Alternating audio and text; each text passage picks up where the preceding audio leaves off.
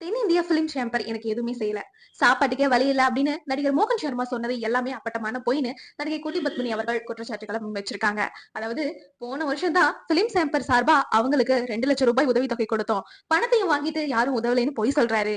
அப்படி சொல்ற போயஸ் கார்டன் வீடு நடிகை லட்சுமியோட சொந்த பணம் 5 லட்சத்துல வாங்க சொன்னது. ஆனா லட்சுமியை ஏமாத்தி மோகன் சர்மா அந்த வீட்டை தன் பேர்லயே வாங்கிட்டாரு.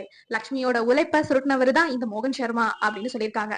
மேல என்ன சொல்லியிருக்காங்கன்னு பாத்தீங்கன்னா, இத்தனை நடந்தும் நடிகை லட்சுமி பெருந்தன்மையா இவரை பத்தி தப்பா பேசல. ஆனா மோகன் சர்மா மொத்தம் 3 பெண்களோட வாழ்க்கையோட விளையாடி இருக்காரு. அதாவது இரண்டாவதா ஒரு பெண்ணை வந்து திருமணம் பண்ணி விவாகரத்தும் செஞ்சிருக்காரு.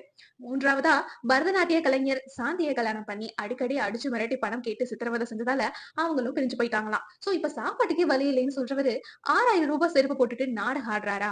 3 பெண்களுடைய வாழ்க்கையை அழிச்சு பாவம் அவரை சும்மா விடாத அப்படின்னு சொல்லி குட்டி பத்மினி அவர்கள் ரொம்ப கொதிச்சே போயிருக்காங்க. இந்த விஷயத்தை பத்தி நீங்க என்ன நினைக்கிறீங்க? உங்களுடைய கருத்துக்களை கமெண்ட்ல சொல்லுங்க. மறக்காம நம்ம சேனலை சப்ஸ்கிரைப் பண்ணிட்டு போங்க. தேங்க்யூ.